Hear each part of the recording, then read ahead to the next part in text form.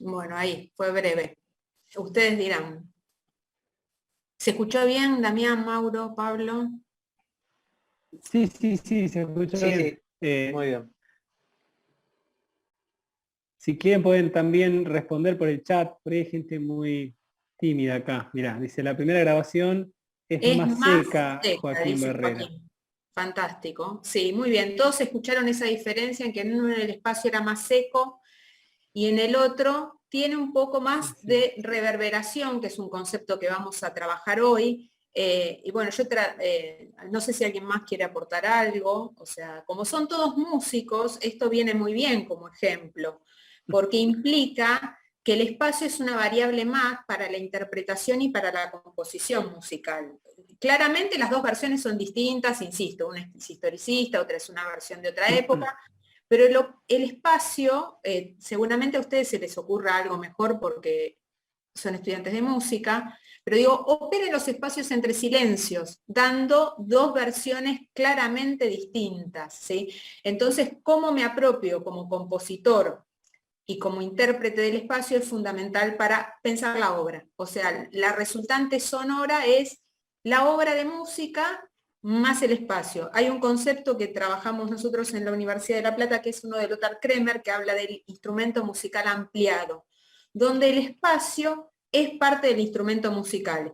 Y acá voy a poner un ejemplo para todos en la vida diaria, aunque no sean músicos. Digo, si yo hablo o el músico toca la guitarra en distintos ambientes de la casa, en los distintos ambientes la guitarra suena diferente.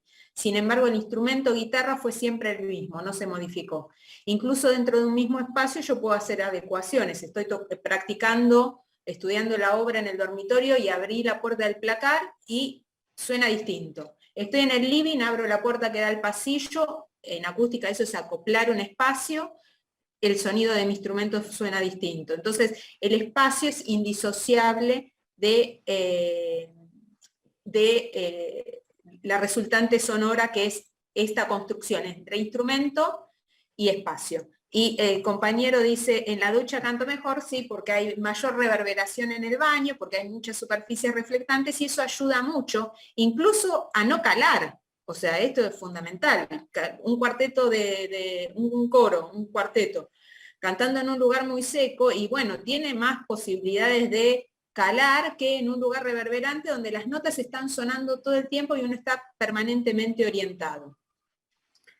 Bueno, ahora sí voy a compartir la presentación. Ahí la estamos viendo. Perfecto. Bueno, perfecto. No sé si podés, ahí está, no dije nada. Ahí estamos. Bueno, acá les puse simplemente a título de ver una partecita del fragmento que escuchamos, una la de Ring, que era el copista de Bach. Y acá no sé si entre el público tenemos arquitectos, pero si no se los explico, esta es una obra muy paradigmática de la historia de la arquitectura, que es una casa en un predio enorme de 24 hectáreas del arquitecto Mies van der Rohe. Si hay algún arquitecto puede participar, porque seguramente recuerda de la carrera muchas cosas más de esta obra que las que recuerdo yo. Y la obra tiene los tabiques exteriores de vidrio, ¿sí? ¿Cómo creen que va a ser la acústica interior de ese espacio? Es un piso de travertino y todo un envolvente vidriada. Somos muchos Hay los muchos más arquitectos, sí, sí, sí. fantásticos, son los que...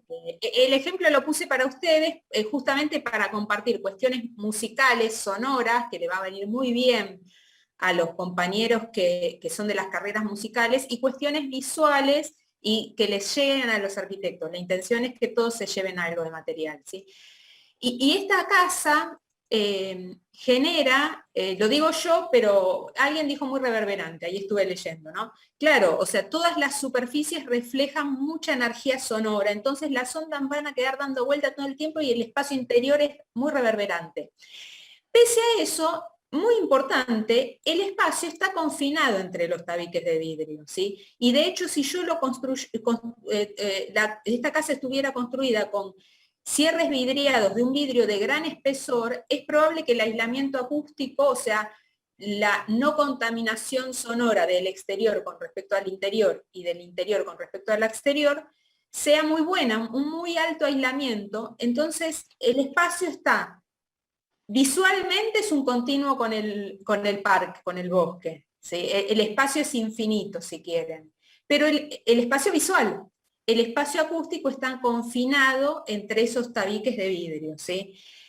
Y ese espacio confinado entre tabiques de vidrio se percibe como tal. Si en lugar de esta forma, Mies lo hubiera construido con un cierre de cortinas, por ejemplo, bueno, ahí Virginia dice, y las cortinas y las maderas ayudan. Muy bien, vamos al tema de cortinas y madera. Pero voy al ejemplo contrario. Saco los vidrios y pongo todo una cortina perimetral a esta casa. ¿Qué pasa con el espacio visual? Se cerró, quedó confinado, ya no veo más el bosque, el parque. Y el espacio acústico,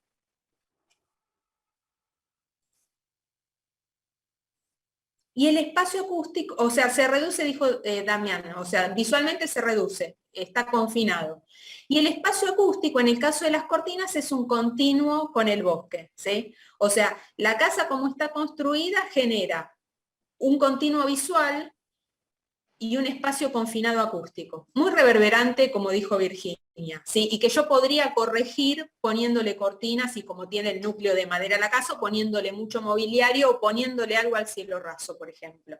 Ahora, podría tener el ejemplo contrario también. El vidrio reemplazarlo por cortinas sería inútil porque la casa entraría mucha agua, pero digo, si yo la pienso como un cierre visual, las cortinas, por ejemplo, el espacio acústico no estaría confinado, sino que sería un continuo. ¿Sí? Entonces, con los arquitectos permanentemente hacemos muros acústicos, muros visuales. ¿Sí? Un muro de mampostería es un muro que me limita visualmente. ¿Sí? Un tabique de vidrio es un tipo de cierre que me permite un continuo con el exterior o con el espacio, sí, con el exterior en definitiva. ¿Sí? No con el espacio lindero. La arquitectura es una disciplina muy visual, pero este ejemplo que pusimos con la casa Farnsworth, con los tabiques originales y reemplazándolos por un material como cortinas, dan cuenta de que el arquitecto también opera con la arquitectura aural, no solo con el dominio visual, sino también con el dominio de lo que escuchamos. Y tal vez es una parte de la arquitectura no tan explorada, ¿sí? Pero evidente en estos ejemplos. Bien. ¿Hasta acá estamos bien? Bueno, ahí Damián me dice que sí lo estoy mirando. En esta charla, ¿qué vamos a hablar? De algunos espacios para música, ¿sí? A partir de esto que acabamos de ver, ¿no? En el ámbito de los espacios para música, nosotros cuando uno piensa espacios para música, piensa en un espacio tradicional, ¿sí? En un teatro que fue construido especialmente con ese uso, para que músicos vayan a tocar. Puede ser un auditorio monovolumen para música sinfónica, un teatro de ópera, esos son teatros de gran capacidad, o puede ser una sala para 200, 300 personas de menor capacidad. Pero acá hay una idea de proyecto en donde la arquitectura ya pensó en el dominio de la acústica, ¿sí? Y todo músico cuando va a tocar a un espacio estandarizado sabe más o menos con qué se va a encontrar, ¿sí? De hecho, un compositor cuando escribe una obra sinfónica para una orquesta sinfónica, ya tiene internalizado dónde se va a interpretar su obra y qué fortalezas va a tener y sabe conjugar bien la música con el espacio. En la actualidad se da que además de estos espacios, los músicos y los compositores se apropian de otros sitios para hacer su práctica musical, que pueden ir desde una plaza, un espacio abierto, un hall de un edificio, un shopping, una terminal ferroviaria. Y esos espacios también tienen su acústica y no fueron concebidos inicialmente para hacer música. Entonces ahí el factor de cómo opero con el espacio es como más contundente, ¿sí? Entonces tengo que tener claras cuáles son las condiciones del espacio para que o al interpretar la obra del otro, o al concebir mi obra, yo tenga claro que, como veíamos en el ejemplo de Bach inicial, el espacio es estructurante de la música, ¿sí? Al principio vamos a ver 2 auditorios más o menos estándar, mencionando algunas características acústicas, y después vamos a ver 2 espacios no estándar. Uno se llama auditorio, pero era originalmente un tanque de combustible de una playa de maniobras ferroviarias, ¿sí? Ojo con eso, digo, nos vamos a encontrar en la actualidad con una obra para una piscina de natación, por ejemplo, o para una terminal ferroviaria, pero también auditorios cuya concepción original no fue el uso de auditorio, y hoy se llama auditorio. Entonces, bueno, ese espacio también puede tener una acústica que sea más tirando a los auditorios convencionales o más tirando al uso primario que tenía, que seguramente tenga esa acústica, la correspondiente al uso primario. Entonces, digo, ahí, tanto en la interpretación como en la composición, tenemos un problema, ¿sí? O no sé si hay alguien acá, un técnico en sonido, cuando se enfrenta a un espacio no tradicional, incluso cuando se enfrenta a los tradicionales, que no fueron pensados originalmente para el montaje de sistemas electroacústicos, tiene ahí, digamos, un área donde trabajar. ¿Cuáles son los 2 aspectos más importantes si hablamos de acústica arquitectónica, ¿sí? Y acústica de salas para música y acústica de todos los usos que tienen los espacios que puede proyectar un arquitecto? Uno es el nivel de ruido de fondo y otro es la configuración del campo interior. El ruido de fondo es muy, muy importante y tiene que ver con la función que se le da a ese espacio. Va a haber funciones que requieran que haya menos ruido de fondo y otras que admitan que haya más ruido de fondo. Entonces, en función de cuál es el uso que yo le voy a dar al espacio, voy a requerir un nivel de piso de ruido. Por ejemplo, acá les voy a mostrar mi sonómetro, que lo tengo acá, me voy a quedar, a ver si me lo ven. Se ve, ¿eh? ¿Sí? Bueno, Sí, no dejo de compartir entonces. Lo dejo, me quedo un segundito y miren ustedes qué nivel va a registrar.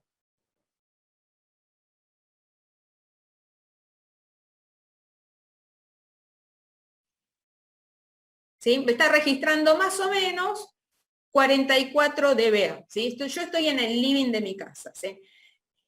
Ese es el nivel de piso de ruido en el living de mi casa, ¿sí? Tal vez, si este espacio tuviera un poquito de mejor acústica, sería un poco más adecuado que el nivel de piso de ruido fuera un poquito más bajo, ¿sí?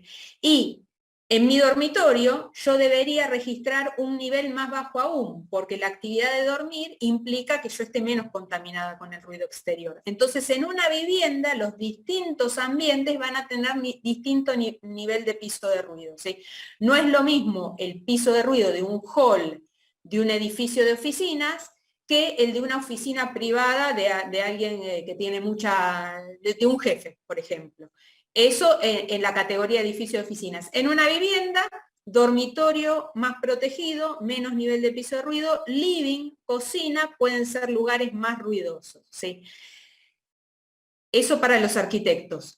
Para el músico, el nivel de piso de ruido también es muy importante. En un estudio de grabación, en una sala de grabación, el nivel de piso de ruido debe ser muy bajo. Y en una sala de conciertos también mi nivel de piso de ruido debe ser muy bajo. ¿Qué es lo primero que hace un músico cuando llega al lugar donde va a tocar? Probar la sala. Entonces se pone a tocarla, algún fragmento de la obra, el que sabe que es el más comprometido, a la mínima dinámica que puede, ¿sí? O la mínima dinámica que exige la obra, y regula su pianísimo con la acústica del espacio, ¿sí? Y después regula el fortísimo. Si la obra la voy a hacer en un teatro bien formado, cuyo nivel de piso de ruido sea del orden, digo un valor por decir 25 decibeles, su pianísimo va a tener que ver con ese nivel bajo, ¿sí? Si viene a practicar en casa conmigo, su pianísimo va a estar un poco más alto, porque el nivel de piso de ruido en mi casa es más alto, ¿sí? Estos niveles de piso de ruido tienen que ver con el aislamiento acústico, ¿sí? Tienen que ver con cómo son los cierres de mi espacio. Por supuesto que los lugares más delicados van a requerir cierres más potentes, muros de mampostería, vidrios dobles. Y los lugares que no son tan delicados, el living de casa o el hall de un edificio, no necesita cierres tan potentes. Pero digo, cada espacio va a requerir un nivel de piso de ruido específico, eso depende de la función. Y esa función no es solo para los músicos y poder hacerlos pianísimos, sino también es para diseñar correctamente un edificio. No lo vamos a hacer ahora, pero si yo fuera a medir con mi sonómetro al cuarto, mido los mismos 44 decibeles, ¿sí? Entonces, eso implica que hay una falencia en el diseño en mi casa, ¿sí? El cuarto debería ser un lugar mucho más protegido para que yo pueda de noche dormir tranquilo y no estar con el ruido de los autos que pasan por la avenida. Ahí Damián levantó la mano. Sí, no, era más que nada para hacer una pregunta cortita, pero ¿existe una relación entre estas características de piso de ruido y los materiales que usamos actualmente? O sea, no sé, es muy común, aquí se habla mucho de oficinas con un piso de ruido o bibliotecas con un piso de ruido entre 35, bueno, 40 y 45 dBA, cuando, bueno, es ya hoy muy conocido o muy normal que se construyan oficinas con placas de Durlock, por ejemplo, ¿no? Sí. ¿Hay alguna relación entre eso? El tema es que con construcción en seco vos podés lograr un buen nivel de aislamiento, pero con una estructura especial. O sea, ¿cómo trabajo? Yo tengo una planta libre de oficinas y oficinas cerradas en el mismo nivel del proyecto, en el mismo piso del edificio, ¿sí? La oficina de planta abierta tiene un NC 40, la oficina privada tiene un NC 30, ¿sí? Tengo que ver, además, cuánto ruido eso es mi meta de diseño. Después que tengo que evaluar cuánto nivel se genera en la oficina de planta abierta que contamina mi oficina de planta cerrada, mi oficina privada.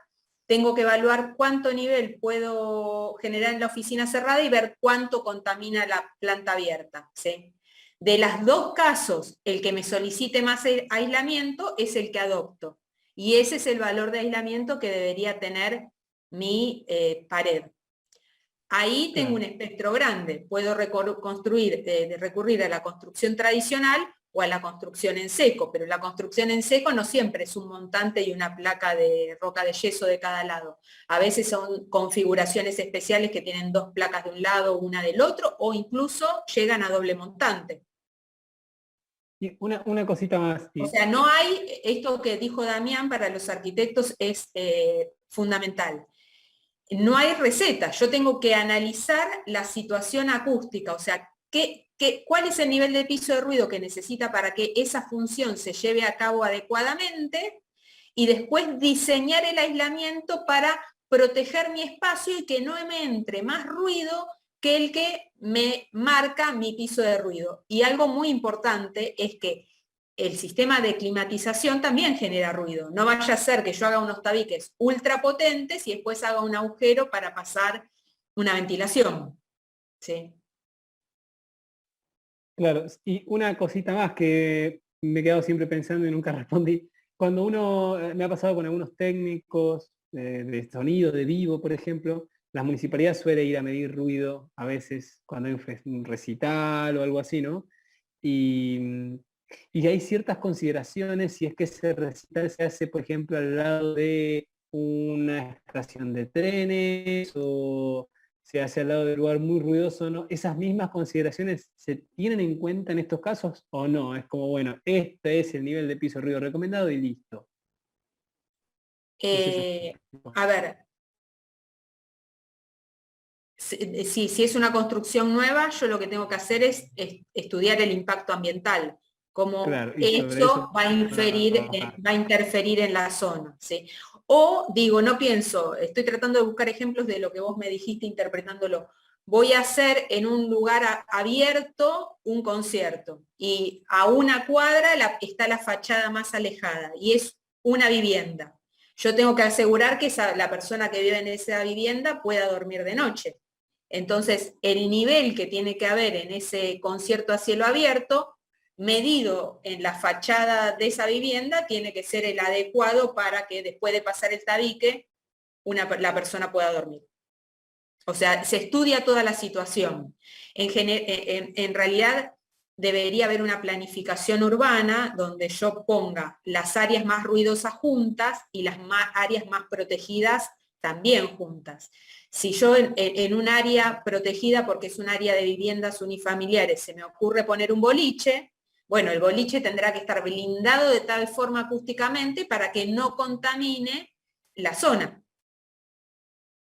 Sí, hay que hacer un estudio, sí, hay que hacer un estudio de la zona donde se va a implantar esa actividad para que no perturbe la actividad primaria. ¿Sí? Bueno, esto que dice Damián es fundamental para empezar a pensar en arquitectura cuando yo proyecto. Si voy a hacer un edificio de viviendas, perdón, los lugares más ruidosos los agrupo y los más silenciosos también los agrupo. Y si tengo que poner un dormitorio, lo pongo a la calle o lo pongo en el contrafrente. Y tal vez lo pongo en el contrafrente. Y a la calle pongo el living, que es un lugar que admite más ruido de fondo y que puede estar contaminado un poco por el ruido del tránsito automotor. Y ya naturalmente hice una buena disposición como para que el dormitorio ya esté en un lugar que está más protegido acústicamente. ¿Sí?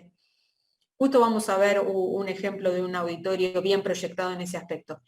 Bueno, esto es simplemente una medición que hice en casa del perfil de ruido de mi casa y después hay programas que te ponen, acá yo no lo dije, pero bueno, de acuerdo al tipo de uso que le doy al espacio, tengo niveles NC recomendados y decibeles A recomendados. ¿Sí? Entonces esto que yo dije, la oficina privada tiene 30 dB de ruido de fondo, lo saco de una tabla. ¿Sí?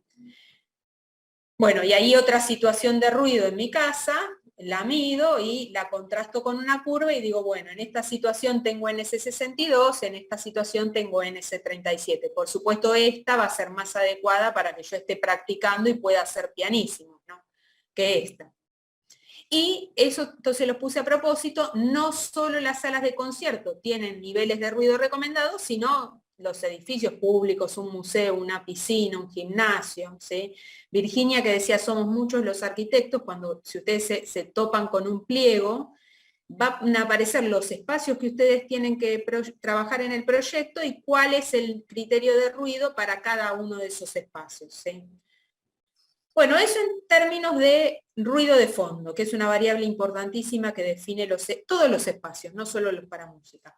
Y después hay otros otra parte, que es la segunda parte, que es la configuración del campo interior, y hay muchísimos parámetros acústicos que me permiten calificar el campo interior, y nosotros vamos a trabajar con dos en esta charla, pero esto se los puse a propósito, es un artículo de unos españoles, donde ellos agarraron un montón de parámetros acústicos y los clasifican por año de aparición, porque evalúan, hacen distintas clasificaciones, pero para que ustedes vean que mayormente cuando estudiamos acústica, estudiamos el tiempo de reverberación, pero parámetros hay millones. ¿Sí?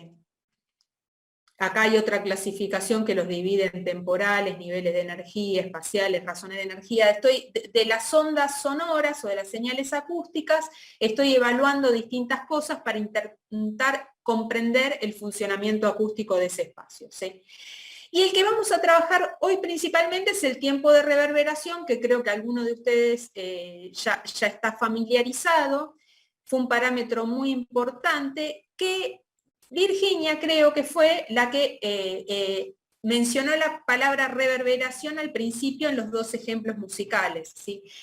En un ejemplo musical, en el de Winter, la sala era más seca. La permanencia del sonido en el tiempo era muy cortita. En el otro ejemplo de Bach, el sonido quedaba más tiempo sonando en el recinto. ¿Sí? El decaimiento sonoro era un poco más prolongado que en el primer caso. Eso se define como el tiempo de reverberación del espacio. Lo definió por primera vez Wallace Sabine en 1895. A él se le pidió que fuera a trabajar a la sala de conferencias del Museo de Arte Foch, que es esta que está por acá, donde no se le comprendía a los oradores. Entonces un orador estaba hablando y la gente que estaba escuchando la conferencia no los comprendía bien. Y Sabine empezó a hacer pruebas, ¿sí? Como hace todo investigador, y esta sala tiene ventanas, ¿sí? Entonces se le ocurrió abrir las ventanas, ¿sí? Al abrir las ventanas, la inteligibilidad de la palabra, del texto, aumentó. El mensaje era más inteligible. Y un área abierta es, creo que alguno lo dijo al principio con la casa de Mies, como un área de absorción total. Si piensen que yo voy a jugar a la pelota paleta los fines de semana contra un frontón. Le doy con la pelotita y la raqueta al frontón, la pelotita me vuelve con mucha energía. Si ese frontón lo forro con un colchón, la pelotita me va a volver con menos energía. O sea que parte de la energía con la que yo golpeé la pelota se transformó en otra cosa. Si yo tiro abajo la pared, el frontón, la pelotita no vuelve más. ¿Sí? Es un área de absorción total. Convertí el frontón en un área absorbente, ¿sí? Al tirarlo abajo. Cuando Sabine abre las ventanas de esta sala de conferencias y la palabra se vuelve más inteligible, él asoció que la cantidad de material absorbente en el interior de un recinto tenía que ver con la inteligibilidad del discurso y que podía a partir de eso mejorar la acústica de este espacio. ¿Y qué hizo Sabine? Hizo una prueba. Le pidió a todos sus alumnos que a la clase siguiente fueran con almohadas y almohadones, ¿sí? Entonces, bueno, esta es la foto de la sala de conferencias y acá hay un grafiquito del experimento que hizo Sabine. La reverberación, o sea, el tiempo que permanecía el sonido en esta sala era 5 segundos y medio, por ahí está 5,60, ¿sí? O sea que él aplaudía y el sonido permanecía en el espacio 5 minutos y medio, ¿sí? 5 segundos y medio, perdón. Como se dio cuenta que agregándole absorción podía bajar ese tiempo de permanencia del sonido, le dijo a sus alumnos, vayan entrando con almohadas, traigan almohadas a la semana siguiente, vamos entrando de a poco. Y acá se ve cómo con mayor cantidad de almohadas en el interior, el tiempo de permanencia del sonido en ese espacio disminuía. ¿Sí? Como no les pudo pedir exactamente, dice Damián, como una catedral, esos 5 segundos y medio. Como no le podía decir a los directores de Harvard, bueno, pongamos almohadas o que la gente vaya a las conferencias con almohadas, reemplazó ese comportamiento de las almohadas con cortinas. ¿Sí? Lo mismo que hicimos al principio con la obra de Mies van der Rohe. Y con eso logró que el tiempo que permanecía el sonido en el recinto fuera menos de un segundo, 0,75. ¿Sí? Y logró que la sala tuviera una acústica adecuada. Además de lograr este caso exitoso, Sabine desarrolló toda su teoría y estableció que el tiempo de reverberación podía ser calculado de forma muy sencilla, ¿sí? Perdón. Y que era directamente proporcional al volumen del espacio e inversamente proporcional a la cantidad de material absorbente en el interior. Y esto fue muy importante porque con una fórmula muy sencilla, los arquitectos podían calcular cuál iba a ser la reverberación final de un espacio y podían predecir si el comportamiento acústico de ese espacio iba a ser adecuado o no al fin o uso final de ese recinto. ¿Sí? Entonces, aparece en toda la literatura un montón de usos del espacio. En realidad pasa como pasaba con los niveles de ruido. Tengo uso que le doy al espacio, nivel de ruido que necesito alcanzar. ¿Cómo lo alcanzo? Blindando adecuadamente mi recinto y evitando que me entren ruidos del exterior por las perforaciones que le hago a mi recinto o por los equipos que hay en el interior. Acá lo mismo, tengo usos que les voy a dar al espacio, reverberación adecuada, ¿sí? Un estudio de radio, medio segundo, por ejemplo, un cine un poquito más, una sala de ópera 1,5 segundos, una sala de conferencias 1 segundo, una sala de música sinfónica 2 segundos, ¿sí? Virginia tiene una duda. Sí, dale, Virginia. Sí, perdón. Mi duda es la siguiente. Ahora, con todo, por ejemplo, sobre todo para aulas, Sí. con todo esto del COVID y con todo esto que vivimos, obligadamente tenemos que tener espacios, digamos, abiertos, ventilados. ¿Cómo Sí. haríamos para combinar eso de dejar abiertas las aulas? No todo, o sea, no toda abierta el aula, pero tenés que dejar un par de ventanas abiertas y, en relación al sonido que te entra intruso o que sale del aula, digamos. Bueno, la pregunta de Virginia es buenísima. Ahora estamos con una situación excepcional, digamos.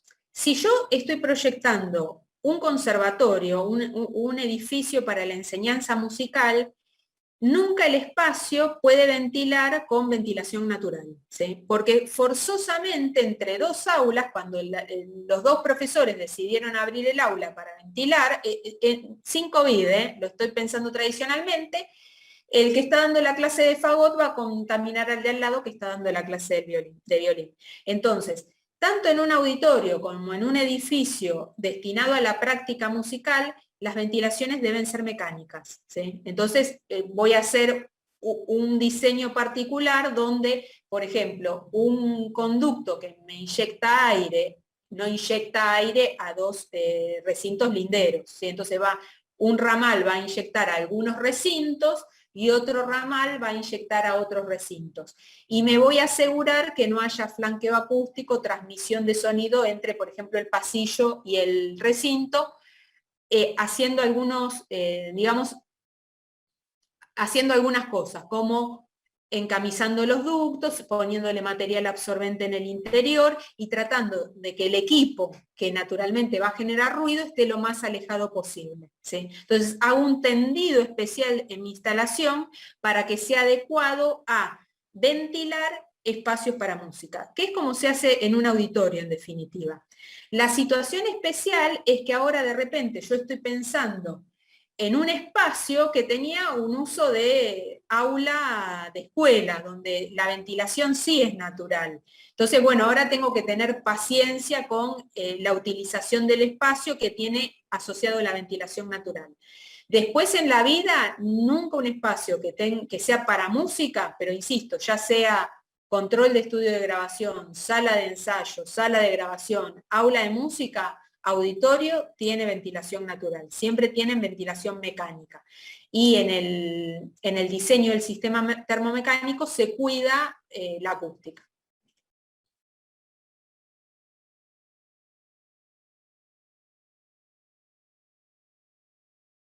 Sí, bueno, Demián decía abrir la ventana que da a la calle, sí, te va a entrar ruido permanentemente, ¿sí? Pero si no, Virginia, ¿estamos bien? Sí, perfecto, gracias. Bueno, entonces estábamos acá. Un aspecto a considerar es este que decíamos con Virginia de el ruido en un lugar y cómo me cuido en el tema de las ventilaciones y cómo hago que el nivel de ruido en ese espacio sea el adecuado y de otro, cuidar el campo interior, ¿sí? Inicialmente, Sabine, cuando definió la fórmula de reverberación, dijo el tiempo que le toma al sonido ser apenas audible, ¿sí? Y ahí teníamos, por ejemplo, en el Museo de Arte Fogue, esos 5 segundos y medio de reverberación que Damián equiparó muy bien con una iglesia, ¿sí?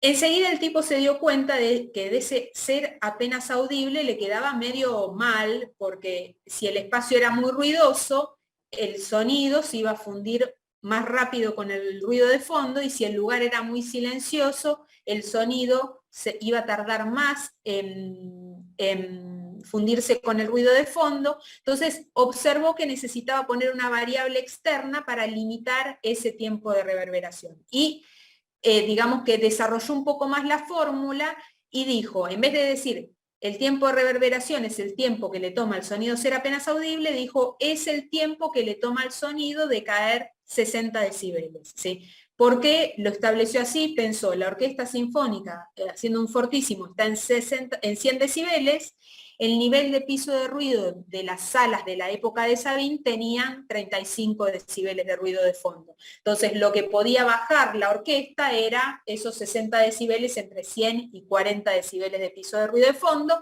Entonces, por eso el TR quedó establecido como el TR60, como este tiempo que le toma al sonido caer 60 decibeles. ¿Sí?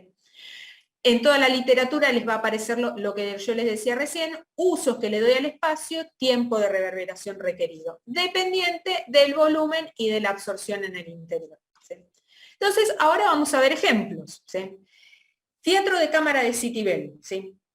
Es un teatro que está en un lugar muy tranquilo. ¿Sí? Es un lugar de casas bajas, de hecho con las calles de tierra, entonces es un lugar ideal para poner un auditorio, porque no estoy en el medio de una avenida donde me tengo que blindar con respecto al ruido del tránsito vehicular. Entonces, pensar dónde hago la obra de arquitectura, si tengo posibilidad de pensarlo, es una estrategia muy interesante.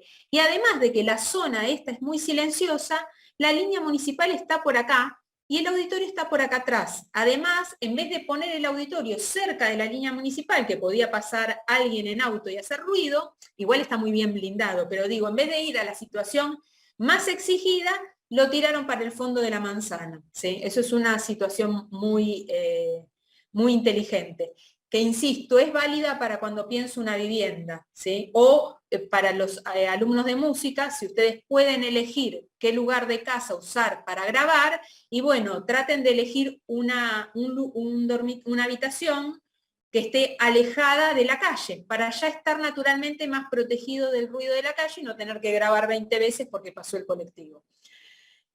Bueno, este es el interior, es un auditorio monovolumen chiquito para 160 personas, con una platea en pendiente, y me interesa esto del corte, el volumen es chiquito de este auditorio, ¿sí?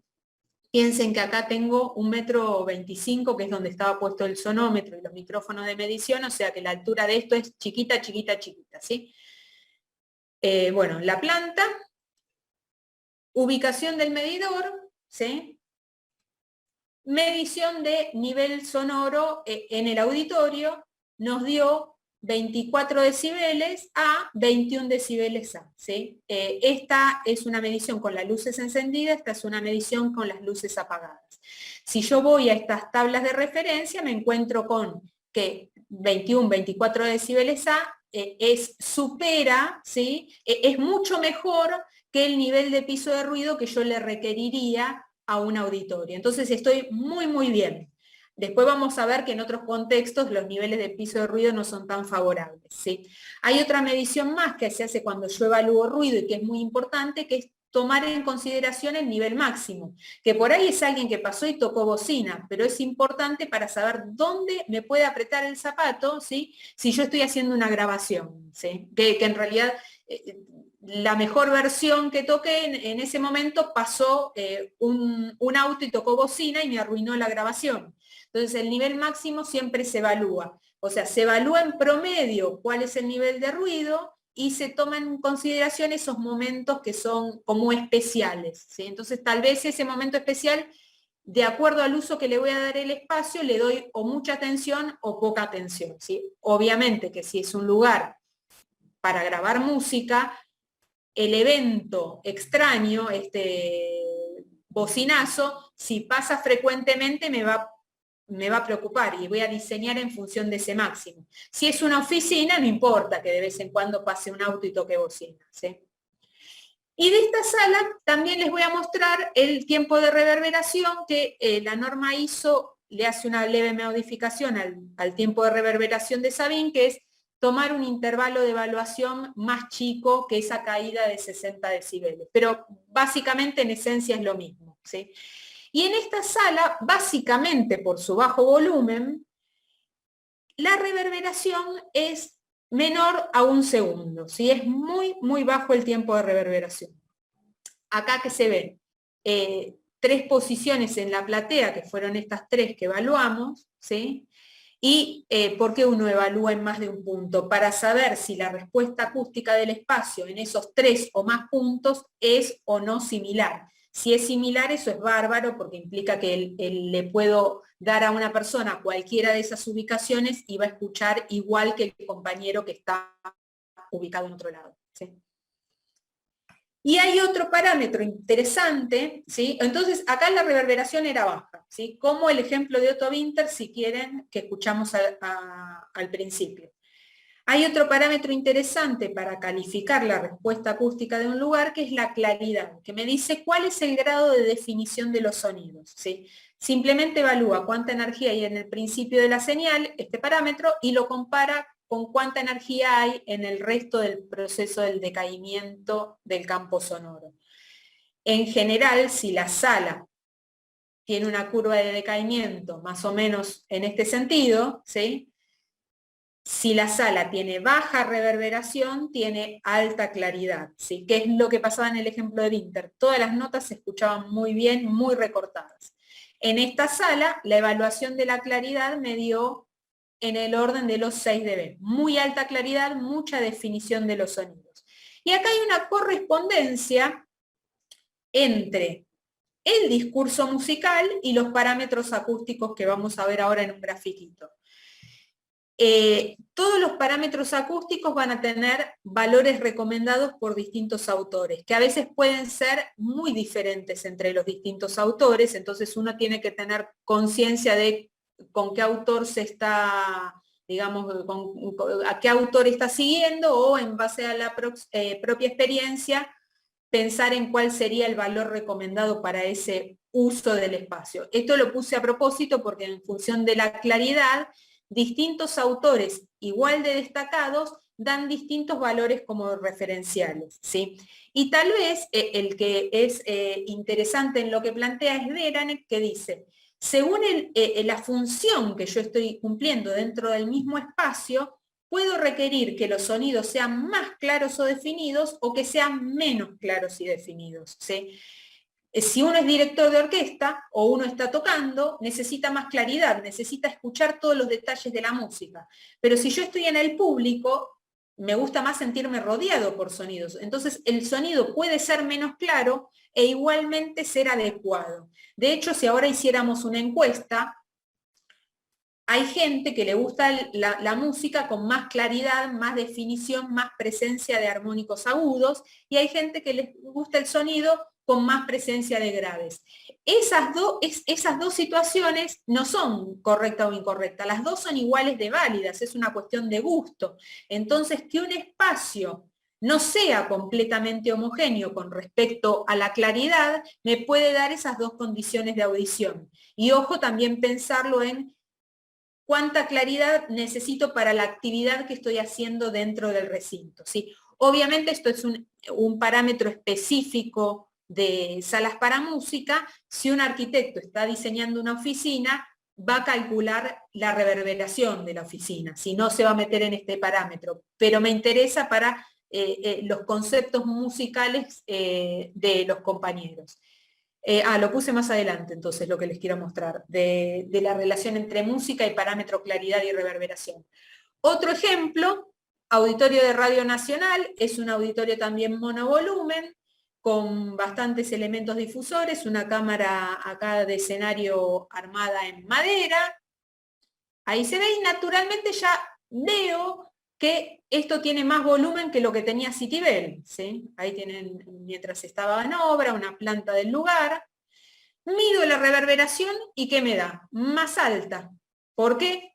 Tengo más volumen, ¿sí? Entonces, el volumen tiene que ver con la reverberación. Más volumen, más reverberación. El otro parámetro que tiene que ver con la reverberación de Sabine es la absorción. Más absorción, menos reverberación. Esto es interesante para los músicos si están haciendo un concierto, ensayaron una sala vacía y después se llena de gente.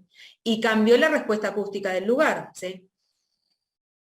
¿Y qué pasa? En este auditorio hay más reverberación, por tanto los valores de claridad son menores. ¿Sí? Si se acuerdan, en Citibel yo llegaba a 6 decibeles de claridad, acá tengo mucha menos claridad, ¿sí?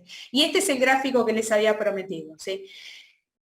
Que me empieza a hablar de la relación entre la música escrita o interpretada y la claridad y la reverberación, ¿sí? Por ejemplo, acá tengo 3 notas con silencio en el medio, ¿sí? Si el tiempo de reverberación es bajo, como era el ejemplo de Otto Winter, tengo las notas muy separadas, ¿sí? Y es grande la claridad, como me pasaba en Citibel. Esto es como Citibel, las notas bien separadas. Si el discurso musical ahora las notas las tiene más juntas, tengo una obra con más densidad cronométrica, las notas ocurren una detrás de la otra, ¿sí? Más juntas porque el tempo es más rápido, ¿sí? O la escritura musical están las notas más juntas. Ahora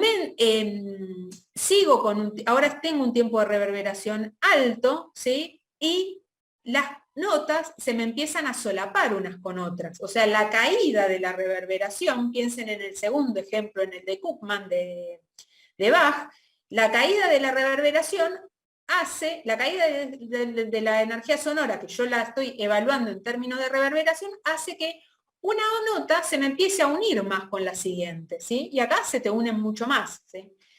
Si el tiempo de reverberación es alto y la claridad es muy baja, las notas se me solaparon más y en un discurso rápido se me solapan mucho más aún. Todo esto cuando las notas tienen todas la misma dinámica. Si yo ahora le cambio la dinámica a las notas, puedo tener alta reverberación y, si quieren, claridad intermedia, e identificar las tres notas, y acá esta me empieza a quedar solapada, y acá en la cola de la reverberación directamente perdí el segundo impulso, ¿sí? Y acá, en la cola de la reverberación, este sonido directamente me quedó enmascarado, ¿se entiende? Entonces, esto es para que vean cómo el discurso musical se cose con el campo acústico interior del espacio, en función de la reverberación que tenga y la claridad que tenga. Entonces, muy importante ahí, los músicos tienen herramientas para superar esto. Una es, en vez de, supongo que estoy haciendo negras y la resultante sonora está muy empastada, puedo hacer corcheasco puntos, y puedo modificar la forma de tocar, haciendo los sonidos un poco más cortos para que la acústica del espacio me complete el discurso musical.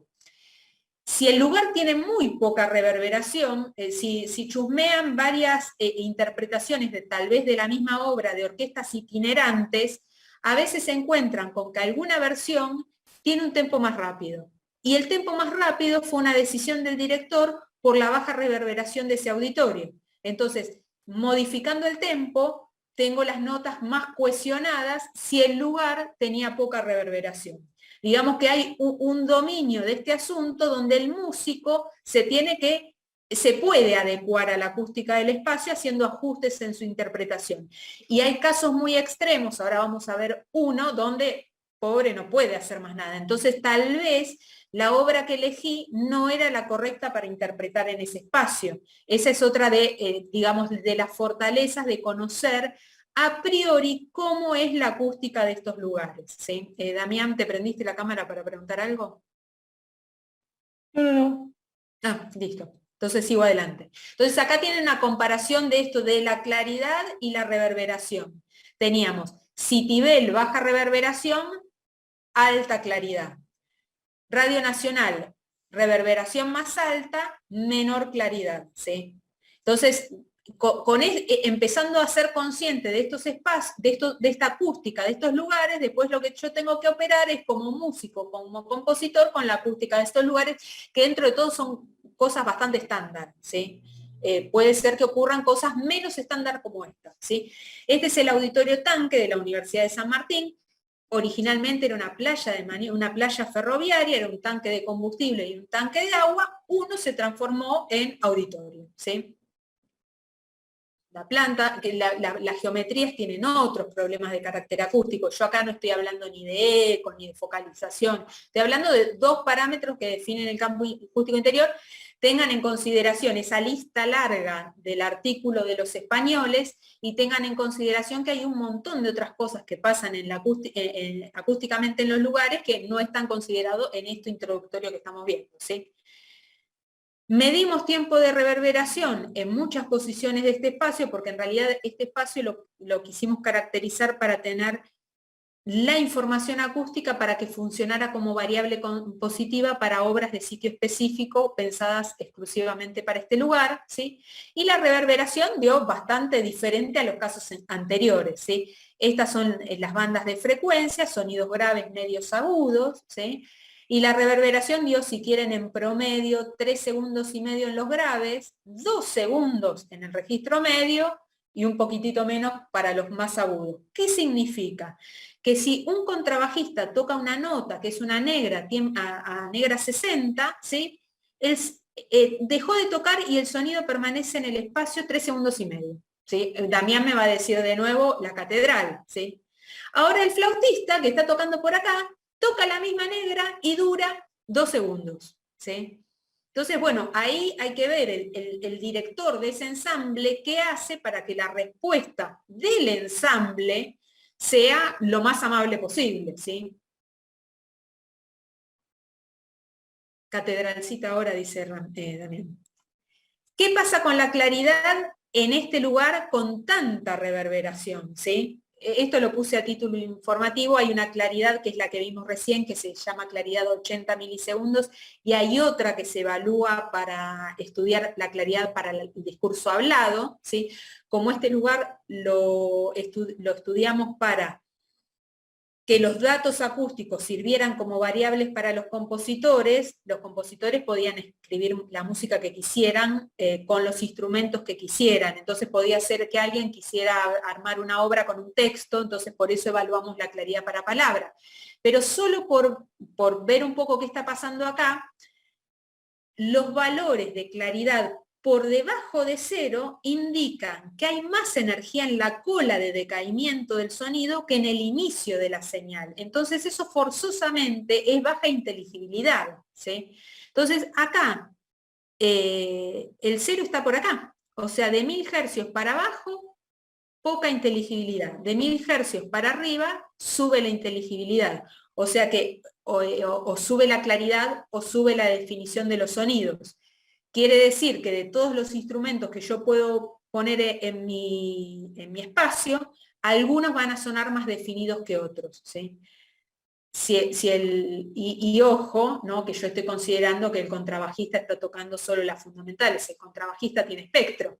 Entonces, hay una transformación del espectro del contrabajo que está haciendo la sala. ¿Sí? Por eso, muy bien el concepto que traíamos a principio de esta charla, la sala como extensión del instrumento. Y la sala acá me está coloreando el instrumento de una forma importante. Probablemente esta adecuación que yo digo, soy una orquesta itinerante que toco por distintas salas del país y adecuo la interpretación a la acústica del espacio para que el discurso suene adecuado, es muy probable que acá me vea como en problemas para adecuar la obra a la acústica de este espacio. ¿Sí? Entonces ahí tengo que ver qué obras programo para la acústica de este auditorio.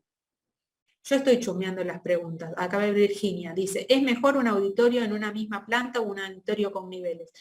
Más allá de lo visual, que claramente la mejor opción sería con desniveles, y ahí me perdí un poco en la respuesta. Los auditorios, cuando se proyectan en general, te ponen un límite, un valor de capacidad, entonces a veces la planta te da y no estás forzado a poner las bandejas superiores. Las bandejas superiores, si están bien proyectadas, pueden ser muy beneficiosas porque le otorgan energía, otorgan reflexiones especiales. Si los auditorios de gran capacidad, no se calcula solo el tiempo de reverberación y la claridad, sino en la primera parte de la señal tiene que haber reflexiones con mucha energía, ¿sí? Una X cantidad de reflexiones muy puntuales con energía, y los platos, si googlean después en la Usina del Arte o en el Auditorio Nacional que está en el CCK, hay unos platos sobre el escenario que esos otorgan energía, reflexiones muy puntuales en la primera parte de la señal. ¿Sí? Y también los aleros, que son, digamos, el cielo raso de las bandejas. ¿Sí?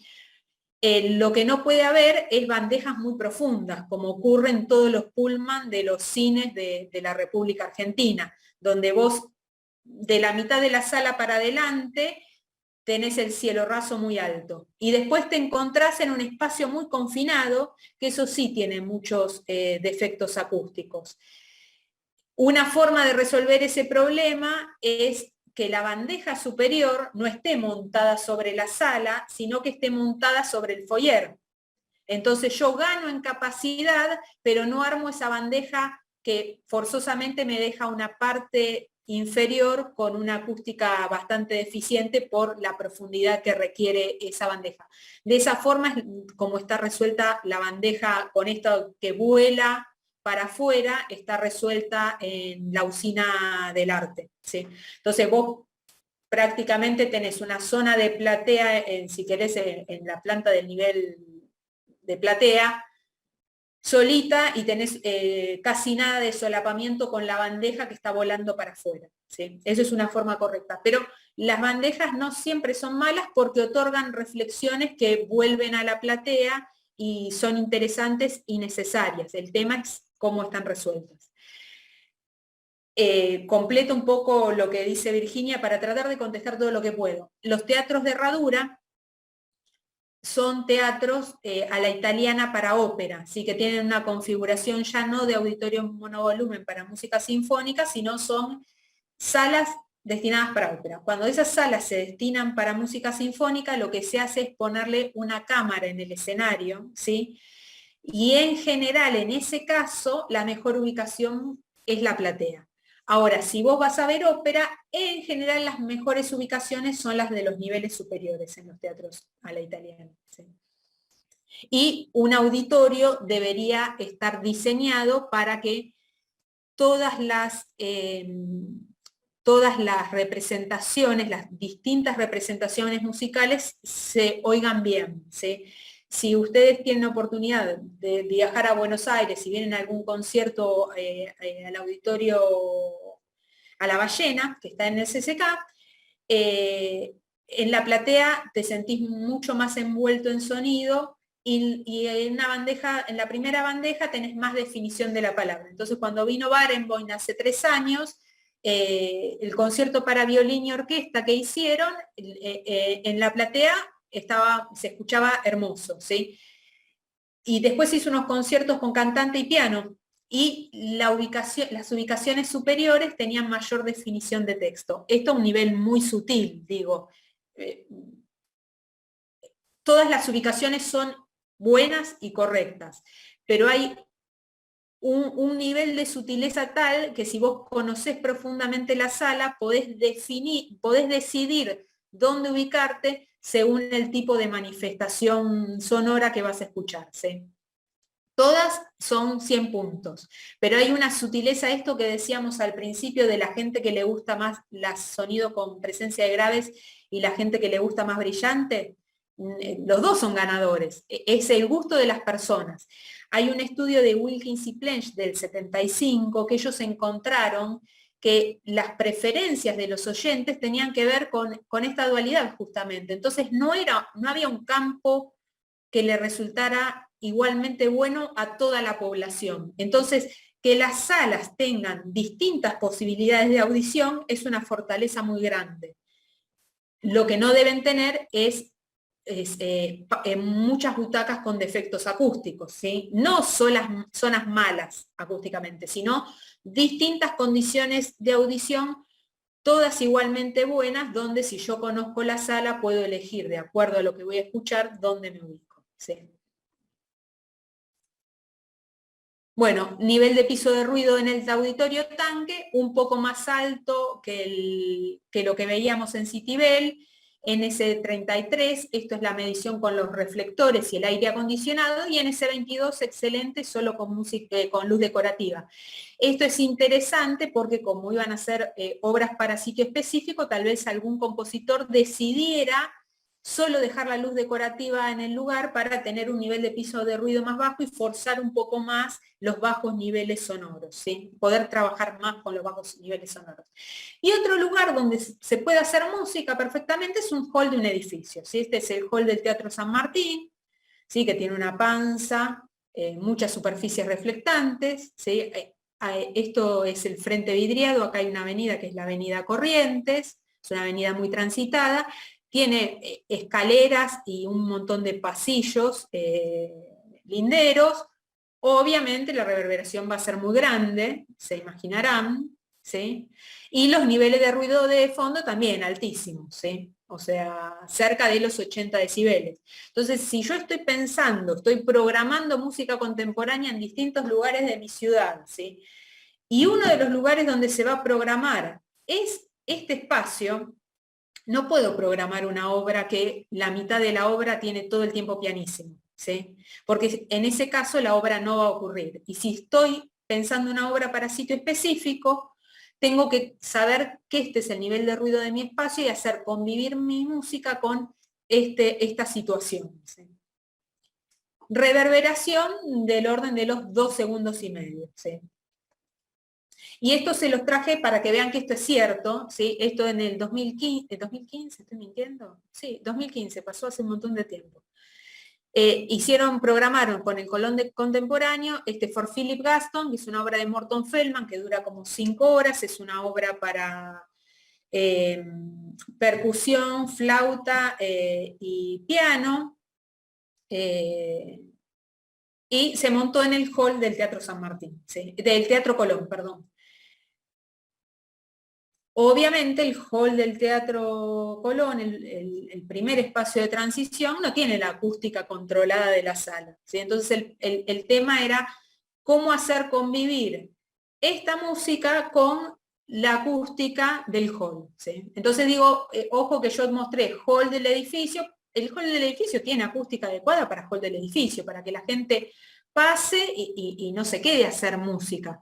Cuando yo quiero hacer música en un espacio de ese tipo, bueno, hay situaciones que se ponen como, se comprometen, ¿sí? Entonces tengo que saber qué obra programo para que la obra ocurra en definitiva. El fin es que la obra ocurra, ¿sí? Y acá les puse para que escuchen esos tiempos, el tiempo de permanencia del sonido en las 4 salas que vimos, ¿sí? Citibel, que era del orden del segundo, ahí lo paso de nuevo sin hablar. Radio Nacional, que era 1,2, para que escuchen la diferencia. Además, más grande el volumen, se escucha distinto, ¿no? Radio Nacional. Auditorio Tanque, que era la catedral chiquita que dijo Damián. Y hall del Teatro San Martín. ¿Sí? Y por último, ¿no? Esta diapositiva, ¿no? Que muestra como 2 fragmentos musicales bien contrastantes. La misa, ¿sí? Edad Media, Kyrie eleison, Christie eleison, notas, o sea, notas y melismas, ¿sí? Y en realidad esta es un número de una partita de una de las suites de cello, que no tiene un tempo extremadamente rápido, sí tiene un tempo moderado, pero para que vean la diferencia de densidad cronométrica, ¿no? Entonces, para que esta obra ocurra, forzosamente la acústica del espacio tiene que ser distinta a la que requiere esta obra, ¿sí? Entonces siempre hay un compromiso entre la arquitectura, la acústica de ese lugar y la música que yo estoy interpretando o componiendo, ¿sí? Y dentro de la música sus características. Y el fin último es que la música ocurra. O sea, lo que no puede pasar es que la acústica del lugar era tal que la música no ocurrió, ¿sí? En algunos momentos o en algunos lugares el músico se puede sobreponer a la acústica y puede adecuar su ejecución, y en otra tengo que pensar qué música programo para que en definitiva la obra musical ocurra. ¿Estamos bien hasta acá? Yo tengo una pregunta, Andrea. Sí. Rapidísimo, Mauro. Terminé, ya le pregunto, dale. Sí. Pasa que como la charla venís hablando sobre cuestiones de parámetros y cómo ayudan a definir lo que sería una buena acústica para determinada función que cumple una sala, quería preguntarte si existe algún caso en el que se hayan tenido en cuenta estos parámetros que en teoría dan una buena sonoridad, supongamos para música, que se hayan tenido en cuenta a la hora de construir una sala para música, la reverberación, la claridad y demás, que los parámetros se cumplan y que aún así la sonoridad no sea satisfactoria. Claro, el tema es que, sí, la respuesta es larga. Los parámetros son una forma de... hay parámetros físicos y parámetros perceptuales, ¿sí? Digamos que el desafío de la acústica es que a la gente le guste la acústica del lugar donde va a escuchar música, que se vaya contento, que diga, la interpretación en este lugar es majestuosa, y eso es una combinación de lo que hace el músico con la acústica del lugar. Entonces, el fin último es que a mí me guste la acústica de ese lugar. Entonces, en acústica hay una serie de parámetros físicos y hay una serie de correlatos perceptuales. Entonces, tanto a los compositores como a los músicos, como a los directores de orquesta, como al público, se les hacen encuestas que permiten inferir el comportamiento acústico del espacio relacionando las respuestas con algunos parámetros físicos, ¿sí? Entonces yo puedo, ¿por qué? En la tabla decía, bueno, el tiempo de reverberación para ópera es 1,5 segundos. Yo cuando empiezo a indagar, los teatros de ópera, algunos tienen 1,8, otros tienen 1,3, unos tienen 1,6, ¿sí? Pero hay como parámetros que más o menos siguiendo esos lineamientos, la acústica va a andar bien para esa función.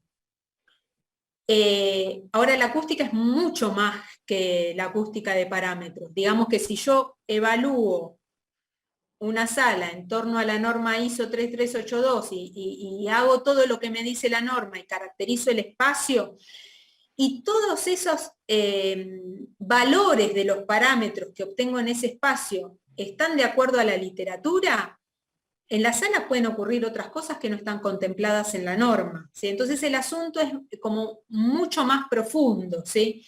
De hecho, yo puedo medir la reverberación de X lugar y el lugar tener una focalización.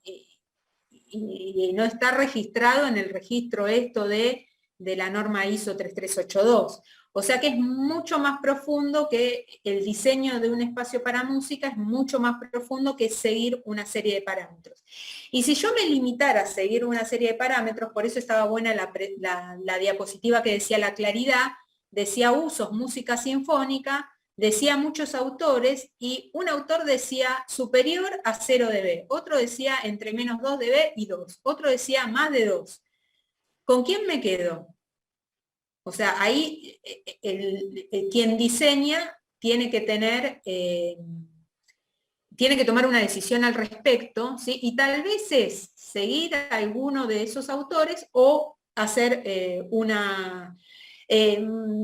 determinar un nuevo valor para el parámetro S, ¿sí? Y digo, en el diseño de una sala para música no son solo los parámetros, sino son un montón de otras cosas, como la cantidad de reflexiones potentes en la primera parte de la señal, que la energía me llegue decorrelacionada, o sea, hay un montón de cuestiones más que uno incorpora en el proyecto de una sala para música, ¿sí? Que no es solo hacer una medición, hacer una medición es hacer una medición en norma con un fin. Tal vez es decir, estos son los parámetros acústicos de este espacio, que me sirve, que es muy interesante, ¿no? Porque si alguien tiene que ir a tocar a ese espacio, puede leer cuáles son algunos de los parámetros acústicos que lo definen y decidir el repertorio que va a interpretar en ese espacio en función del tiempo de reverberación, ¿sí? Si el teatro sufre un siniestro y yo lo tengo que reconstruir, sé cómo era la acústica original. Si quiero, porque encontré las mediciones hechas de tal lugar. Si quiero comparar esos parámetros acústicos con los parámetros acústicos de otra sala del mundo, lo mismo, o sea, tengo las mediciones hechas en normas que sé cómo están hechas, no es la medición como se me ocurrió hacerla a mí, sino sigue esa normativa y puedo comparar casos, ¿sí? Pero una medición en norma, ¿sí?, no da respuesta de la complejidad que implica una sala para música a nivel acústico. Perfecto. Bien. Entonces, De el hecho, oído hay también es casos importante. sí, de hecho hay casos de salas que un montón de parámetros dan bien y sin embargo la acústica no es apreciada por el público. Habrá otros parámetros que no fueron contemplados que no estaban dando bien, ¿sí? Bueno, está bien, la defensa un poco de los músicos, ¿no? De siempre prestarle atención al oído. Bueno, buenísimo. O sea, yo tengo acá un sonómetro, qué sé yo. Lo que manda es lo que escucho, ¿sí? El desafío después de este pequeño webinar de repente es estar en casa, pero es desafío para los arquitectos y para los músicos. Aplaudir en distintos espacios, hablar en distintos espacios, empezar a ser consciente de cómo suena el espacio. Todo esto de la pandemia, ¿sí? Que mencionaba Virginia, también nos vino bien para ser más conscientes de cómo es la acústica del lugar donde yo estoy pasando tantas horas del día, ¿sí? Que de repente no tienen que ver con tocar un instrumento, es estar cómodo teniendo una videollamada, estar cómodo en mi casa tranquilo. Uno empezó a ser más consciente de los ruidos existentes en las viviendas, ¿sí? Y eso empieza a darme pistas de lo importante que es la acústica en todos los espacios. O sea, acá vimos ejemplos musicales, pero con el ejemplo inicial de Mies van der Rohe, yo quería que se llevaran un poco la conceptualización de esto de que siempre tenemos una arquitectura sonora, ¿sí? Que se llama arquitectura oral, que esto está muy bien definido en el libro de Bletzer y Salter, ¿sí? Y los arquitectos somos una disciplina mayormente visual, pero somos una disciplina sonora también. Entonces, pensar los proyectos desde la arquitectura sonora es igual de importante que pensar los proyectos desde la arquitectura en el campo de lo visual, ¿sí? Es un dominio más que le da a los lugares confort. Y con esto de la pandemia todos empezamos a ser más sensibles de cómo suena el espacio donde yo paso tantas horas de mi vida, ¿sí? Bueno, ahí dice Damián que cambió el lugar de la heladera, claro, sí.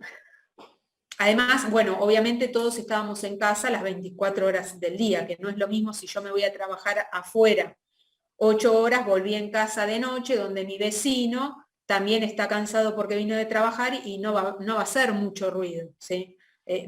La crisis empieza cuando todos empezamos a hacer los ruidos que requerían nuestras actividades laborales, ¿sí? Y los espacios no tienen la construcción, como bien decía Damián habló de construcción en seco para una oficina, ¿sí? Pero toda la construcción de X año esta parte con ladrillos huecos, los ladrillos huecos tienen una baja prestación frente al aislamiento. Entonces, forzosamente voy a escuchar lo que pasa en el departamento de al lado, ¿sí? Perfecto. Sí, yo tenía una No sé si alguien pregunta. más tiene una pregunta. Perdón. Pero, bueno, más bien también en relación a tu libro, que tuve la suerte de leerlo, que yo saqué alguna conclusión, no sé si es que estaba en el libro o no, y quería preguntarte si es que había una intencionalidad en eso. Sí. Que, bueno, si bien hay muchos estudios que coinciden en que, en esto que acabas de decir vos, ¿no? A veces el intérprete modifica el modo de interpretar según la acústica del lugar, a veces la acústica, como el caso de Bach y las catedrales, ¿no? La acústica condiciona el modo de componer también. Sí. Yo había visto un poco en este historicismo o en este revisionismo histórico que hace sobre algunos espacios, sobre algunos teatros, como que deja ver esto de que la condición social o más bien el momento histórico, económico y político también ha condicionado el cómo es un teatro y la acústica de ese teatro. ¿Existe alguna relación de ese tipo o no? ¿O soy solamente yo el que deliró esa idea? Como, no sé, no son lo mismo los teatros antes de la Segunda Guerra Mundial que después de la Segunda Guerra Mundial, y variaron muchísimo en volumen, y es claro que la acústica también ha variado, ¿no? No, Esto bueno, también que decís. sí, no, en realidad cuando se proyectan auditorios de gran capacidad en una ciudad, en realidad se hace un estudio para saber si es necesario un auditorio más de 2.000 personas, ¿sí? Entonces siempre hay una condición económica muy fuerte, son obras muy caras que tienen la ventaja de durar más de 100 años, ¿sí? Entonces sí hay una planificación con respecto a cuándo se hace un auditorio en una ciudad. Eso es una cuestión económica. Ahora, obviamente, en principio del siglo XX apareció la teoría de Sabine, que fue fórmula que me permitió decir, bueno, la acústica de este lugar es adecuada porque tiene tal reverberación. Antes los auditorios se construían con el modelo de ensayo y error, se construía una sala, la sala sonaba adecuada, la gente decía, me gusta cómo suena la música acá, se repetía ese modelo, ¿sí? Pero no había herramientas que me permitieran decir, si yo en vez de un auditorio para música sinfónica de sala rectangular lo hago en abanico, ¿va a sonar bien? Nadie sabía, ¿sí? Entonces no se animaban. Por eso el gran cambio que aparece en la construcción de auditorios a principios del siglo XX, que vino de la mano con la modificación de las técnicas constructivas, ¿sí? Ya la arquitectura no estaba limitada por conseguir árboles de 20, 22 metros para hacer las vigas de madera de los auditorios, podían usar vigas metálicas reticuladas que permitieran mayores luces sin apoyos intermedios. Entonces ya no estábamos restringidos a la sala de planta rectangular. Por eso aparece la planta en forma de abanico. ¿Por qué Entonces, la planta rectangular se abre a una forma de espátulas porque la técnica constructiva ya permitía justamente cubrir mayores luces. ¿Por qué se reduce la altura de los auditorios? Porque no era necesario renovar el aire por convección. Yo ponía, como me dijo Virginia, un sistema de climatización mecánico, le inyectaba aire, le extraía aire, le inyectaba aire caliente, le inyectaba aire frío. Entonces no necesitaba ese volumen. La cuenta de la reverberación podía dar bien en esos auditorios. Sin embargo, como en el trazado de rayos las reflexiones en las paredes laterales se iban hacia atrás, la gente decía, no me gusta el sonido en esta sala, suena plano, ¿sí? Entonces, ahí es como que el entendimiento sobre la acústica, nos faltaban comprender cosas de acústica como para que la arquitectura pudiera cambiar. La arquitectura empezó a cambiar, la teoría de Sabin verificaba esos cambios de la arquitectura, pero había otras cosas de acústica que no se sabían. ¿Sí? Entonces, ese es el problema, que nos faltaban herramientas de acústica. La teoría de la reverberación pareció fantástica, porque era una fórmula muy sencilla, pero si ustedes le prestan atención, el volumen no implica la geometría. Yo puedo tener una sala en forma de tambor, una sala de planta rectangular y una sala en planta de abanico, ¿sí? En la planta rectangular, las reflexiones laterales vuelven a la platea. En la planta en forma de abanico se van hacia atrás. Las dos pueden tener la misma reverberación, una ser más apreciada por el público, otra menos. Hice un tambor, tiene una focalización en el centro.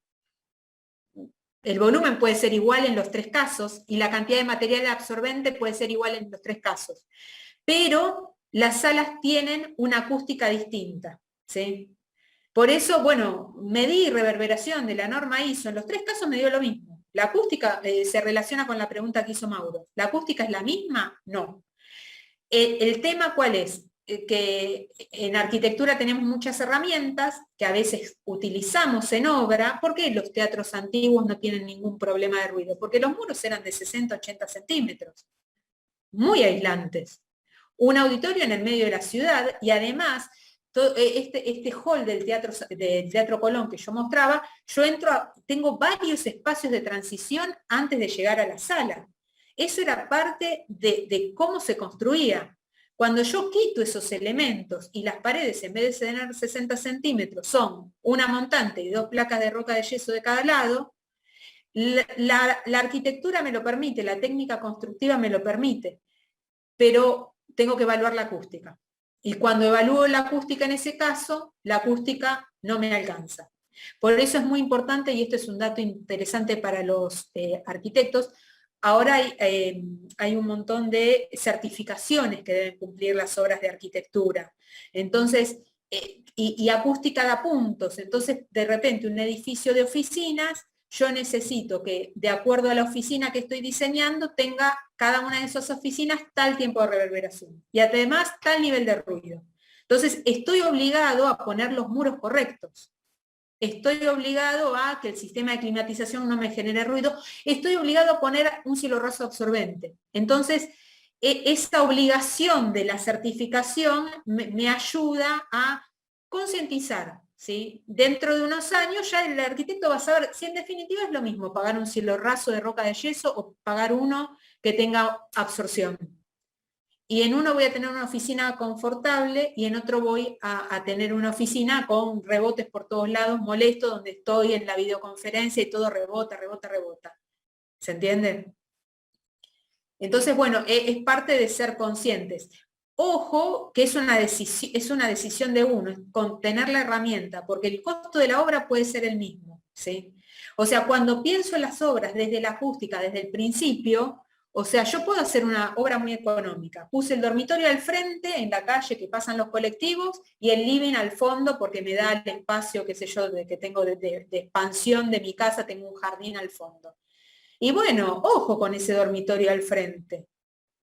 Entonces, tal vez invierto los usos y ya con las mismas paredes tengo un dormitorio más protegido y un living con la acústica correcta con respecto al ruido de fondo. Si yo voy con el planteo inicial del dormitorio al frente, y bueno, la ventana va a tener que ser doble, el vidrio más caro, el muro más potente, ¿sí? Digo, pero si troqué el uso, si pensé la acústica desde el principio, ya con el mismo costo de construcción tengo un esquema de partido inicial más correcto. Y después, lo otro, lo interesante es que los cielorrasos de una oficina, ¿son de roca de yeso o son de un material absorbente? Salen lo mismo, unos pesos más, unos pesos menos, y la respuesta acústica del espacio es completamente diferente. En uno, la persona que está trabajando va a estar extremadamente cómoda y feliz de estar haciendo su trabajo, y en el otro va a estar muy incómodo. Y dentro de 2 años va a haber que adicionarle un cielorraso absorbente por debajo. Entonces, pensando la acústica desde el inicio, elijo los materiales adecuados.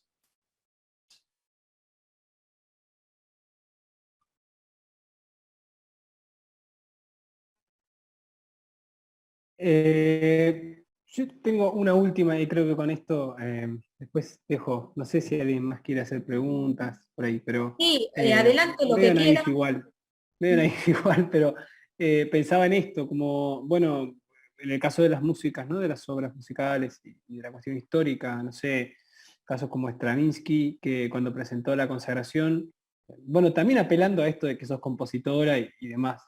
Stravinsky, cuando hizo la consagración de la primavera, un poco tuvo que salir por la puerta de atrás, dicen las crónicas, ¿no? Porque a nadie le gustaba esa obra y le parecía terrible, y con el tiempo fue tomando muchísima aceptación. Bueno, al Sí. día de hoy es un obrón. ¿Ha sucedido, o vos tenés registro, o has leído por ahí que haya sucedido eso con algún teatro, con alguna sala, que no haya tenido aceptación en un momento histórico y después se transforme como en una sala querida, aceptable acústicamente, que a la gente le guste más, que a los compositores o a los directores les guste más? En general, los auditorios y los teatros son muy apreciados por la comunidad, independiente de su acústica, ¿sí? Porque son apreciados como lugar de reunión, o sea, piensen en las comunidades españolas e italianas de socorros mutuos, que hay toda una línea de teatros en el circuito que hacían esas compañías de Buenos Aires, Santa Fe, Córdoba, está plagado de teatros de herradura italiana. Son muy apreciados por la comunidad independiente de su acústica, como lugar de encuentro, ¿sí? Hace unos años yo trabajaba haciendo proyectos en el país, y cuando llegábamos a un lugar de la República Argentina llega el equipo de arquitectura que va a poner en refuncionalización el teatro, y te está esperando toda la comunidad. Son lugares de reunión muy importantes, independientes de la acústica. En general, si hay a nivel mundial espacios que no son apreciados por el público, no se revierte esa situación, ¿sí? Es difícil, porque bueno, o sea, cuando un espacio no es apreciado, no es solo no apreciado por el público, el músico está incómodo tocando. Entonces el músico ya no quiere ir a ese lugar. Y el público no le gusta. Y además, por ejemplo, en la Argentina tenemos la suerte de que tenemos un montón de espacios con una calidad acústica tremenda. Entonces nuestro oído es ya muy sofisticado. Piensen que nosotros tenemos el teatro de ópera de mejor acústica del mundo. Leo Beranek hizo 2 estudios, en uno hizo un ranking de teatros de ópera y otro hizo un ranking de las mejores salas para música sinfónica del mundo. El Colón quedó en el de acústica más destacada para ópera como primero, ¿sí? Y el Colón, que es un teatro de ópera, además quedó rankeado entre los 3 primeros para música sinfónica del mundo, que eso no ocurre en ningún lugar o en otra sala de ópera del mundo. Los teatros de ópera son de ópera, los de música sinfónica son sinfónicos. El Colón tiene esa dualidad, funciona con máxima prestación para ópera y para música sinfónica. Entonces ya nuestro oído es muy sofisticado. Todo lo que escuchemos que no sea argentino nos va a sonar algo, nos va a hacer cosquillas, porque digo, escuchamos muy bien. Entonces es como que tampoco nos podemos hacer el lujo de hacer malas salas que no sean de calidad. Pero en general, si un auditorio, lean crónicas de auditorios, hay un montón por internet. Cuando el músico y el público no quiere la sala, no se revierte la situación. Bueno, un caso es la sala Pleyel de París, que tuvo 1000 refacciones y nunca llegó a una sala a 10 puntos. El Philharmonic Hall del Lincoln Center, que se reformó varias veces, se llamó Avery Fisher Hall, en cada reforma le cambiaban el nombre, David Geffen Hall, y en la actualidad la orquesta prefiere tocar en el Carnegie Hall. O sea, es muy difícil, y esto es importante para los arquitectos. Hay tantas cuestiones relativas a la tipología arquitectónica que una sala mal concebida desde el croquis preliminar es muy difícil rescatarla. Y ese es el caso de la sala Pleyel. Desde el 27 hasta ahora es la sala que creo que tuvo más refacciones en la historia. La agarraron los grupos de acústicos más destacados del mundo, nunca llegó a 10, por eso la siguen refaccionando. Entonces, hay muchas salas apreciadas que por ahí no tienen tan buena acústica, pero son muy apreciadas por el significado para la comunidad. En la Argentina tenemos la suerte de tener un montón de salas excelentes, pero la situación al revés, no apreciado, que se vuelva apreciado, siempre implica una reforma acústica en el medio. Claro, sí. Acá, bueno, yo trabajé un tiempo en el anfiteatro natural, que es el anfiteatro de la Quebrada de las Conchas, y es un poco gracioso escuchar que toda la gente que trabaja ahí, ¿no? Gente de turismo y demás, a veces se ven en la necesidad de tener que hablar de la acústica, porque claro, a la gente le llama poderosamente la atención, y durante mucho tiempo se decía, bueno, este lugar tiene el tanto por ciento de la acústica del Teatro Colón, que era algo rarísimo, medir con porcentajes y demás. Después nosotros medimos y nos dimos cuenta de que eso claramente no sucedía, pero sí nos llamaba poderosamente la atención esto, que a la hora de pensar en un lugar que tiene una acústica que le gusta a la gente, uno tiende a compararlo con la acústica del Teatro Colón. Eso me parecía muy llamativo. Claro, sí, pero una cosa es una acústica de un escenario natural y otra cosa es un teatro, es un espacio confinado, que es otra cosa. Sí. Bueno, yo dejo Bueno, que no me hicieron trabajar mucho. Lo monopolizo. No. Yo tenía una pregunta. Hola. Dale, María. Sí, ¿qué tal? ¿Qué tal? Bueno, es algo que me quedó una vez y nunca me terminó de cerrar. Y bueno, es que una vez estábamos por tocar con el ensamble de la UCASAL en la Basílica San Francisco, ¿no? Acá en Salta. Y la conozco, sí. Sí, y claro, mientras nosotros ensayábamos, el nivel de reverberancia era muy grande, ¿no? Y no había nada más lindo que aplaudir y que rebote todo el sonido. Algo de esto mencionaste vos más antes. Cuando llegó el momento de tocar, ya con mucho público, estaba llena la iglesia, el sonido estaba más seco. Exacto. Y yo le dije a mi profesor, claro, mi profesor se dio cuenta de que yo estaba probando el sonido, ¿no? Y él me dijo, es por la cantidad, es por la gente. Y obviamente yo no le pregunté porque ya estábamos en el momento de tocar, etc. Pero bueno, es algo que siempre me quedó, de qué forma es que varía el sonido dependiendo de la cantidad de público, ¿no? Porque, o sea, no entendí de qué forma, si era por el hecho de tener ropa, o... Sí, nosotros absorbemos sonido.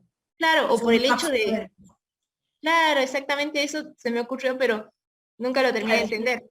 sí, o sea, en la fórmula de Sabin vos tenés el volumen y el área absorbente abajo, la absorción total del espacio, ¿sí? Cuando está la iglesia vacía, tengo el volumen y tengo muchas superficies reflectantes. Cuando tengo gente, hay una superficie, que es la de toda la planta de la iglesia, que está llena de gente que absorbe sonido. Como se absorbe más sonido, baja la reverberación. Entonces, siempre va a haber una diferencia entre tocar a sala vacía o tocar a sala llena en estos lugares que no son auditorios para música sinfónica. Entonces, de hecho, ustedes llenaron el lugar y la reverberación cambió de una manera. Si la cantidad de público hubiera sido al 50% del área de asientos, la reverberación hubiera sido distinta. O sea, vacío sonaba con mucha reverberación. 50% del público sonaba con menos reverberación. Público completo, menos reverberación. O sea, varía justamente porque la reverberación depende del volumen. En tu caso el volumen no varió la cantidad de superficies absorbentes, que fue toda la platea o todo el área de asientos, todo absorbente por las personas. Es lo mismo que hizo Sabin en el Museo de Arte Folk. Él tenía la sala de volumen fijo, no la podía cambiar. Esa tenía una reverberación de 5 segundos. Abrió las ventanas, que fue generar área de absorción, bajó la reverberación. Hizo que los alumnos fueran con almohadas, eso que me decías vos, voy vestido con un tapado, fue bajando la reverberación. ¿Sí? En las salas que se diseñan desde cero, lo que se trata, que son salas exclusivas para música, lo que se trata es que las butacas sean muy absorbentes y eso sea independiente de que yo esté ocupando un asiento o no lo esté ocupando. Entonces, si la platea está ocupada al 100%, la reverberación cambia una nadita en función del caso en el cual la platea esté sin público, ¿sí? Porque las butacas ya son lo suficientemente absorbentes, ¿sí? Algo cambia, si estoy sentado o no, pero cambia una nadita, ¿sí? Prácticamente no te das cuenta. Y eso es muy útil porque significa que el músico puede ir a ensayar a sala vacía y cuando se llene de gente no le va a cambiar la respuesta acústica del lugar. En cambio a ustedes les cambió y tienen que ver cómo tocan, ¿sí? Claro, o sea que el sonido se absorbía por factores externos como la ropa o por el simple hecho de que, lo que me decías vos, nosotros absorbemos sonido, o es, como te decía, Vos con la solamente por ropa, sos vos todo bien, y la ropa. claro. Ah, claro, eso es algo que nunca terminé de Es entender vos bien. con la ropa. De hecho, hay un libro que es el de Méndez, donde aparecen, de acústica arquitectónica, donde aparecen coeficientes de absorción de materiales y después aparece un niño en un pupitre. ¿Cuánto absorbe? Un músico con instrumento. ¿Cuánto absorbe? ¿Sí? Sí, las personas absorbemos energía sonora. Por tanto, modificamos la reverberación. ¿Sí? Claro, bien. Y había alguien que levantó la mano y alguien dijo, tengo una pregunta. Virginia. No, es para ustedes esto, o sea, yo no tengo problema con las preguntas. La consulta, la última ya, es el tema, por ejemplo, que a mí me encargan como arquitecta, me dicen, mira, tenemos que hacer una sala tipo Zoom, Sí. en donde van a ocurrir un montón de cosas, van a ocurrir no sé, puede haber una charla, puede haber un concierto de música, o qué sé yo, un montón de situaciones. Si yo tengo que elegir un tipo de geometría y un tipo de aislación, ya sea en el piso o en el techo o en las paredes, ¿cuáles serían las más estandarizadas, digamos, para que adentro, más allá de que uno tiene que medir y que tiene que hacer todo un proceso, uno tenga como un poco asegurado que adentro va a estar bien, digamos, a nivel confort?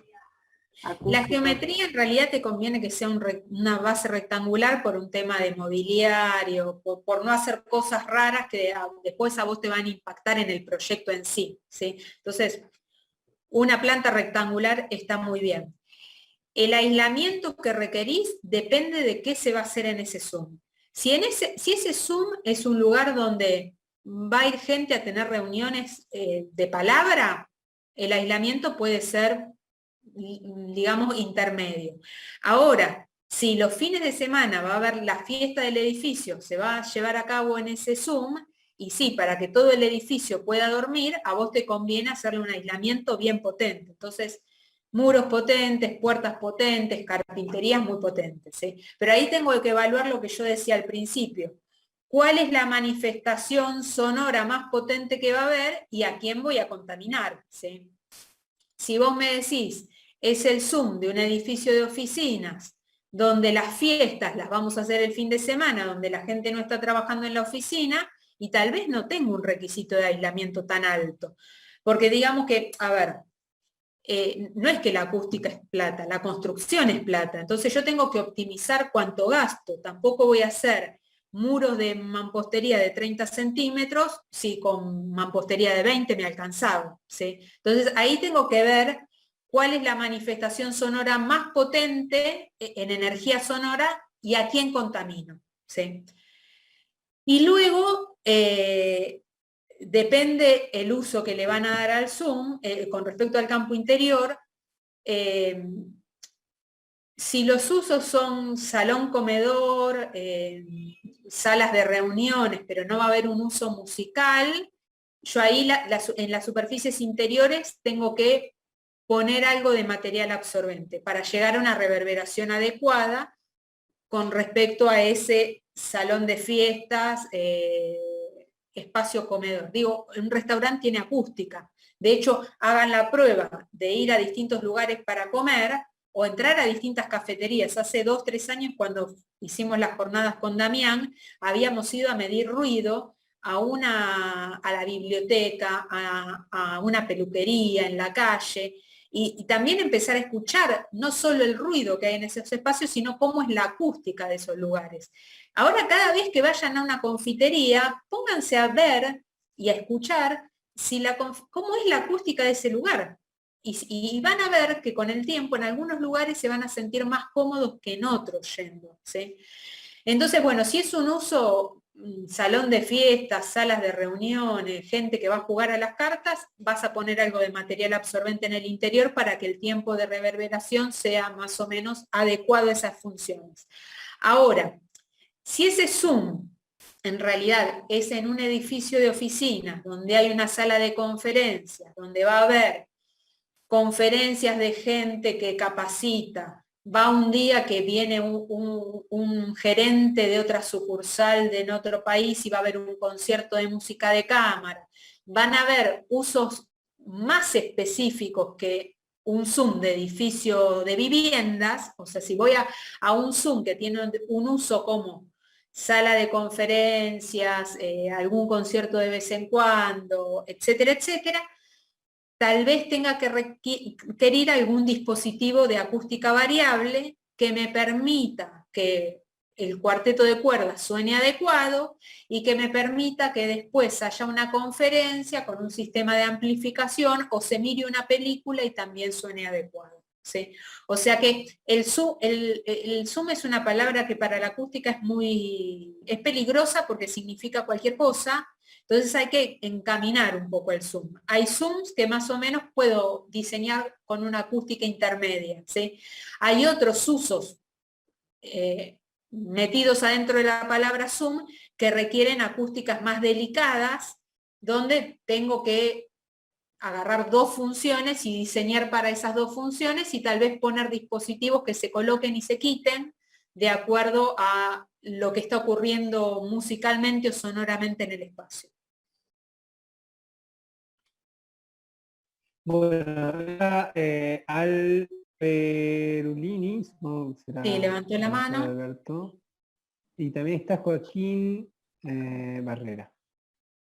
A ver, Virginia Alberto. dice, el material absorbente es mejor que esté en el techo, paredes o piso.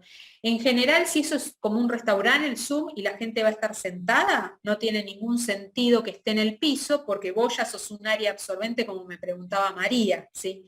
Entonces, de repente me conviene que esté en el cielo raso.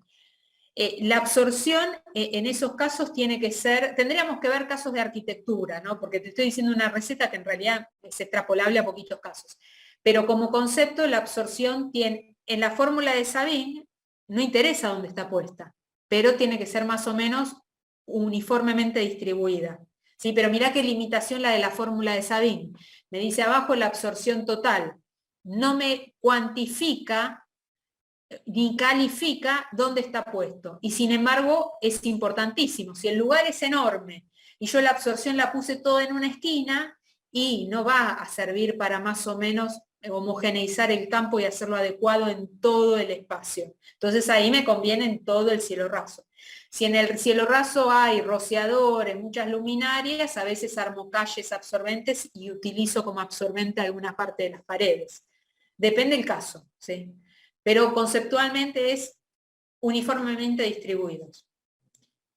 Bueno, y que no sabemos el nombre completo.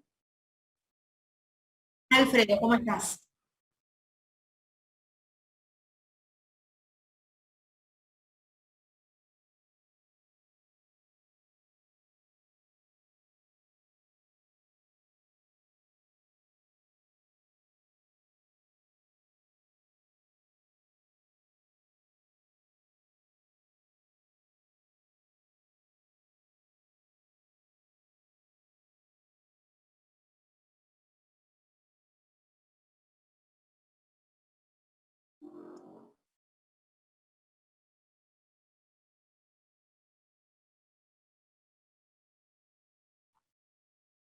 Bueno.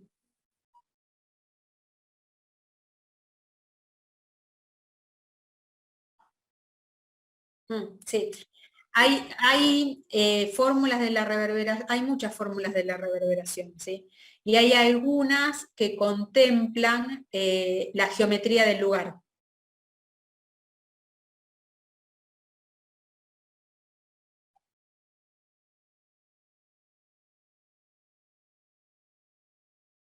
Sí, sí, sí, el cat acoustic, sí.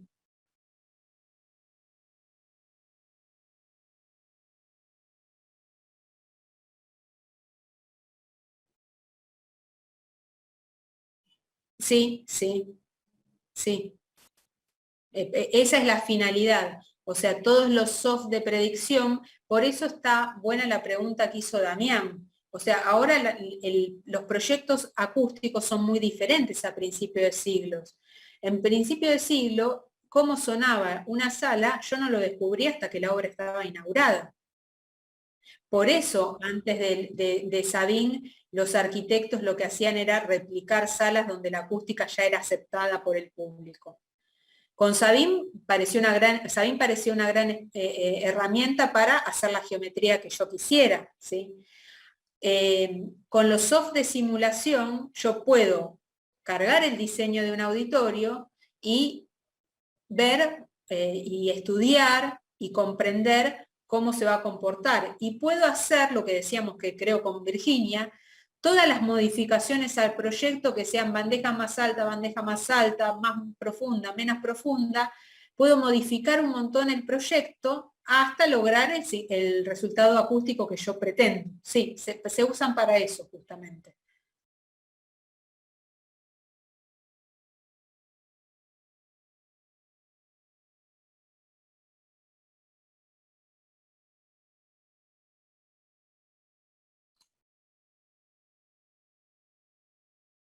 Ese soft yo nunca lo trabajé. Ese soft yo nunca lo trabajé. Pero sí, si yo tengo una obra que no está construida, la única forma que tengo de predecir su comportamiento es a través de la simulación digital. Es la herramienta que se utiliza. Todo esto que decíamos con Mauro y con Damián de las mediciones, las puedo hacer si la obra ya existe. Si la obra no existe, la tengo que simular. ¿Sí? De nada, Alfredo. Y Joaquín, que levantó la mano también. ¿Cómo va? Buenas tardes. Buenas tardes. Muchas gracias por la charla. Eh, Tengo una pregunta muy parecida quizá a la de María, que tiene que ver con un concierto en el que estuve como espectador, en el que era una especie de catedral un poco más chica, en la que se interpretaban con el Requiem de Fauré, Sí. y estaban una parte de la banda sinfónica y un coro. Y yo me puse a pensar, en esa interpretación la reverberancia era tan alta, tan grande, que el coro fue tapado, digamos, por la sonoridad de la banda sinfónica. Estaba pensando si la ubicación de estos instrumentos, si se dispusieran en otro lugar de la sala,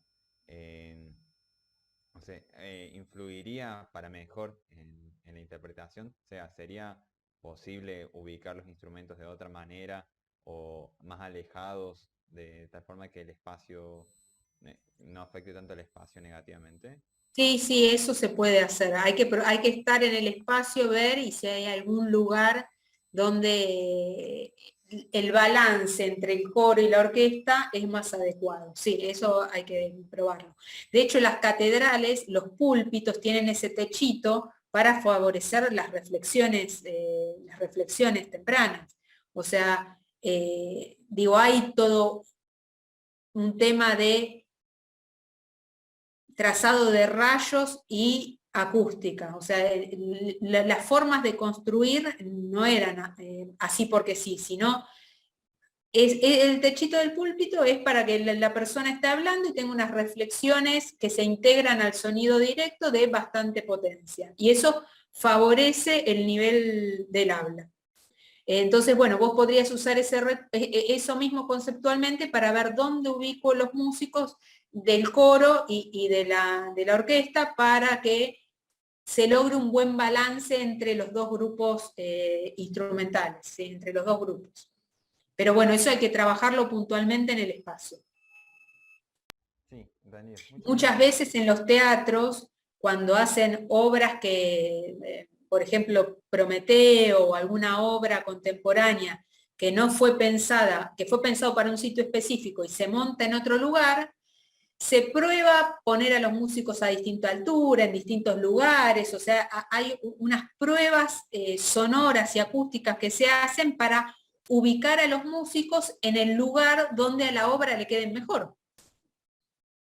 Sí, eso que planteaste es algo totalmente posible. Hay que hacerlo in situ, ¿sí? O pensando en el lugar, digamos, teniendo las fotos, teniendo los planos, viendo qué músicos van a hacer, qué instrumentos van a hacer, qué obra, y tratar de encontrar la mejor ubicación para esos dos grupos. Bueno, recién levantó alguien la mano, pero se bajó la mano, no sé si fue un error. Hola Damián, no, en realidad era un poco, ya me lo había contestado la arquitecta, era un poco el tema de la forma y la reverberancia justamente en coros y eso. Mientras ella hablaba me había surgido la pregunta, pero ya me contestó. Gracias a los dos. No, ustedes. Bueno, ya estamos terminando, me parece. Han sido muchísimas preguntas. Muchas gracias a todos, a todas por la participación, a Mauro, a Andrea, Sí, bueno, la verdad, ni muchas hablar, gracias. al consejo. Bueno, gente que además, bueno, a mí me ha llamado muchísimo la atención, muchísima gente que se fue acercando por la difusión y demás, así que muy contentos con todo este ciclo y con este final de ciclo además. En fin, agradecerte muchísimo, Andrea. Después No, de a estos ustedes. encuentros se va a hacer después de estos encuentros se van a hacer unos webinars, unos podcasts que seguramente acerquemos para quienes quieran volver a escuchar algunos tópicos de esta charla que fue súper fructífera. Yo, por ejemplo, me acabo de dar cuenta de lo de los púlpitos, así que. Bueno, muchísimas gracias, Andrea, Mauro. y al Consejo de Investigación, a la Escuela de Música y a la Universidad Católica de Salta, a Pablo Bonacci, que está por ahí en su representación también. Bueno, muchas gracias a todos y bueno, esto tuvo sentido con todas las preguntas que hicieron, así que gracias por estar ahí presentes participando. Bueno, nos veremos cuando nos encuentre de nuevo. Hasta luego. Andrea, eso, te preguntan por Cecilia contacto. preguntó. Bueno, hay muchos saludos, creo que los estás leyendo vos también, así que Sí, mucha sí, aceptación. Muchísimas Te piden un gracias. Ahí contacto por ahí, un mail. Ahí está.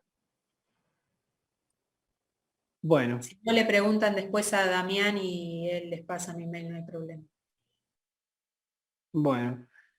Nos veremos pronto. Bueno. Un gran abrazo, ¿eh? Un abrazo. Chau, chau. Muchas gracias. Muchas gracias. Adiós. A ustedes, gracias. Gracias. Chao. Muchas gracias.